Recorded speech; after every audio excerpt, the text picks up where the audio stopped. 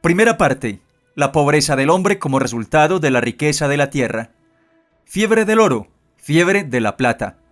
El signo de la cruz en las empuñaduras de las espadas. Cuando Cristóbal Colón se lanzó a atravesar los grandes espacios vacíos al oeste de la Ecúmene, había aceptado el desafío de las leyendas. Tempestades terribles jugarían con sus naves, como si fueran cáscaras de nuez, y las arrojarían a las bocas de los monstruos. La gran serpiente de los mares tenebrosos, hambrienta de carne humana, estaría al acecho. Solo faltaban 1000 años para que los fuegos purificadores del juicio final arrasaran el mundo, según creían los hombres del siglo XV, y el mundo era entonces el mar Mediterráneo con sus costas de ambigua proyección hacia el África y Oriente. Los navegantes portugueses aseguraban que el viento del oeste traía cadáveres extraños y a veces arrastraba leños curiosamente tallados, pero nadie sospechaba que el mundo sería, pronto, asombrosamente multiplicado. América no solo carecía de nombre. Los noruegos no sabían que la habían descubierto hacía largo tiempo, y el propio Colón murió, después de sus viajes, todavía convencido de que había llegado al Asia por la espalda. En 1492, cuando la bota española se clavó por primera vez en las arenas de las Bahamas, el almirante creyó que estas islas eran una avanzada del Japón. Colón llevaba consigo un ejemplar del libro de Marco Polo, cubierto de anotaciones en los márgenes de las páginas. Los habitantes de Zipango, decía Marco Polo, poseen oro en enorme abundancia y las minas donde lo encuentran no se agotan jamás. También hay en esta isla perlas del más puro oriente en gran cantidad. Son rosadas, redondas y de gran tamaño y sobrepasan en valor a las perlas blancas. La riqueza de Zipango había llegado a oídos del gran Khan Kublai, había despertado en su pecho el deseo de conquistarla. Él había fracasado. De las fulgurantes páginas de Marco Polo se echaban al vuelo todos los bienes de la creación. Había casi 13.000 islas en el mar de la India con montañas de oro y perlas y 12 clases de especias en cantidades inmensas, además de la pimienta blanca y negra. La pimienta, el jengibre, el clavo de olor, la nuez moscada y la canela eran tan codiciados como la sal para conservar la carne en invierno sin que se pudriera ni perdiera sabor.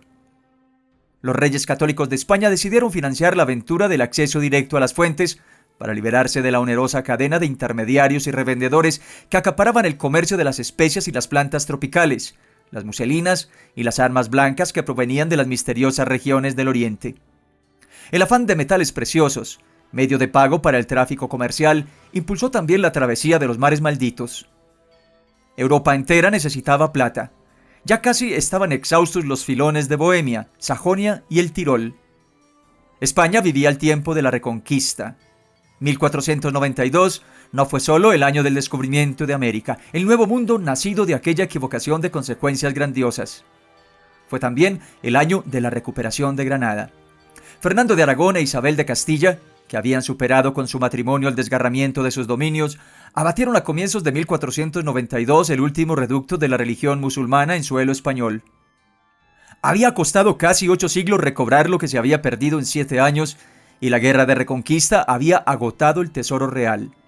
Pero esta era una guerra santa, la guerra cristiana contra el Islam, y no es casual, además, que en ese mismo año, 1492, 150.000 judíos declarados fueran expulsados del país.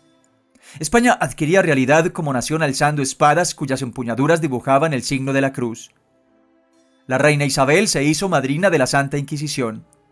La hazaña del descubrimiento de América no podría explicarse sin la tradición militar de guerra de cruzadas que imperaba en la Castilla medieval, y la Iglesia no se hizo rogar para dar carácter sagrado a la conquista de las tierras incógnitas del otro lado del mar. El Papa Alejandro VI, que era valenciano, convirtió a la reina Isabel en dueña y señora del Nuevo Mundo. La expansión del reino de Castilla ampliaba el reino de Dios sobre la tierra. 3 años después del descubrimiento, Cristóbal Colón dirigió en persona la campaña militar contra los indígenas de la Dominicana. Un puñado de caballeros, 200 infantes y unos cuantos perros especialmente adiestrados para el ataque diezmaron a los indios. Más de 500, enviados a España, fueron vendidos como esclavos en Sevilla y murieron miserablemente. Pero algunos teólogos protestaron y la esclavización de los indios fue formalmente prohibida al nacer el siglo XVI. En realidad, No fue prohibida, sino bendita. Antes de cada entrada militar, los capitanes de conquista debían leer a los indios, ante escribano público, un extenso y retórico requerimiento que los exhortaba a convertirse a la santa fe católica. Si no lo hiciereis, o en ello dilación maliciosamente pusiereis, certifícoos que con la ayuda de Dios yo entraré poderosamente contra vosotros y vos haré guerra por todas las partes y manera que yo pudiere, y os sujetaré al yugo y obediencia de la Iglesia y de su majestad, y tomaré vuestras mujeres y hijos y los haré esclavos, y como tales los venderé, y dispondré de ellos como su majestad mandare, y os tomaré vuestros bienes, y os haré todos los males y daños que pudiere. América era el vasto imperio del diablo, de redención imposible o dudosa, pero la fanática misión contra la herejía de los nativos se confundía con la fiebre que desataba, en las huestes de la conquista, el brillo de los tesoros del Nuevo Mundo. Bernal Díaz del Castillo, fiel compañero de Hernán Cortés en la conquista de México, escribe que han llegado a América por servir a Dios y a su majestad y también por haber riquezas. Colón quedó deslumbrado cuando alcanzó el atolón de San Salvador por la colorida transparencia del Caribe, el paisaje verde, la dulzura y la limpieza del aire, los pájaros espléndidos y los mancebos, de buena estatura, gente muy hermosa y harto mansa que allí habitaba. Regaló a los indígenas unos bonetes colorados y unas cuentas de vidrio que se ponían al pescuezo, y otras cosas muchas de poco valor que aunque hubieron mucho placer y quedaron tanto nuestros que era maravilla. Les mostró las espadas. Ellos no las conocían. Las tomaban por el filo, se cortaban. Mientras tanto, cuenta el almirante en su diario de navegación, yo estaba atento y trabajaba de saber si había oro, y vi de que algunos de ellos traían un pedazuelo colgado en un agujero que tenía la nariz, y por señas pude entender que yendo al sur, o volviendo a la isla por el sur, que estaba allí un rey que tenía grandes vasos de ello, y tenía muy mucho, porque del oro se hace tesoro, y con él quien lo tiene hace cuanto quiera en el mundo, y llega a que echa las ánimas al paraíso. En su tercer viaje, Colón seguía creyendo que andaba por el mar de la China cuando entró en las costas de Venezuela. Ello no le impidió informar que desde allí se extendía una tierra infinita que subía hacia el paraíso terrenal. También Américo Vespucio, explorador del litoral de Brasil mientras nacía el siglo XVI, relataría a Lorenzo de Médicis: los árboles son de tanta belleza y tanta blandura que nos sentíamos estar en el paraíso terrenal. Con despecho escribía Colón a los reyes desde Jamaica en 1503. Cuando yo descubrí las Indias, dije que eran el mayor señorío rico que hay en el mundo. Yo dije del oro, perlas, piedras preciosas, especierías. Una sola bolsa de pimienta valía en el medioevo más que la vida de un hombre, pero el oro y la plata eran las llaves que el Renacimiento empleaba para abrir las puertas del paraíso en el cielo y las puertas del mercantilismo capitalista en la tierra. La epopeya de los españoles y los portugueses en América combinó la propagación de la fe cristiana con la usurpación y el saqueo de las riquezas nativas. El poder europeo se extendía para abrazar el mundo. Las tierras vírgenes, densas de selvas y de peligros, encendían la codicia de los capitanes, los hidalgos caballeros y los soldados en harapos lanzados a la conquista de los espectaculares botines de guerra. Creían en la gloria, el sol de los muertos, y en la audacia. A los osados ayuda fortuna, decía Cortés. El propio Cortés había hipotecado todos sus bienes personales para equipar la expedición a México.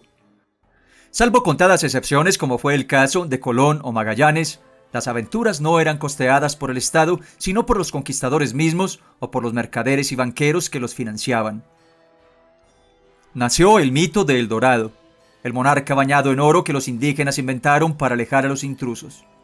Desde Gonzalo Pizarro hasta Walter Raleigh, muchos lo persiguieron en vano por las selvas y las aguas del Amazonas y el Orinoco. El espejismo del cerro que manaba plata se hizo realidad en 1545 con el descubrimiento del Potosí, pero antes habían muerto, vencidos por el hambre y por la enfermedad o atravesados a flechazos por los indígenas, muchos de los expedicionarios que intentaron infructuosamente dar alcance al manantial de la Plata remontando el río Paraná. Había, sí, oro y plata en grandes cantidades, acumulados en la meseta de México y en el altiplano andino. Hernán Cortés reveló para España, en 1519, La fabulosa magnitud del tesoro azteca de Moctezuma, y 15 años después llegó a Sevilla el gigantesco rescate, un aposento lleno de oro y 2 de plata que Francisco Pizarro hizo pagar al Inca Atahualpa antes de estrangularlo. Años antes, con el oro arrancado de las Antillas, había pagado la corona los servicios de los marinos que habían acompañado a Colón en su primer viaje. Finalmente, la población de las islas del Caribe dejó de pagar tributos porque desapareció. Los indígenas fueron completamente exterminados en los lavaderos de oro, en la terrible tarea de revolver las arenas auríferas con el cuerpo a medias sumergido en el agua, o roturando los campos hasta más allá de la extenuación, con la espalda doblada sobre los pesados instrumentos de labranza traídos desde España. Muchos indígenas de la Dominicana se anticipaban al destino impuesto por sus nuevos opresores blancos. Mataban a sus hijos y se suicidaban en masa.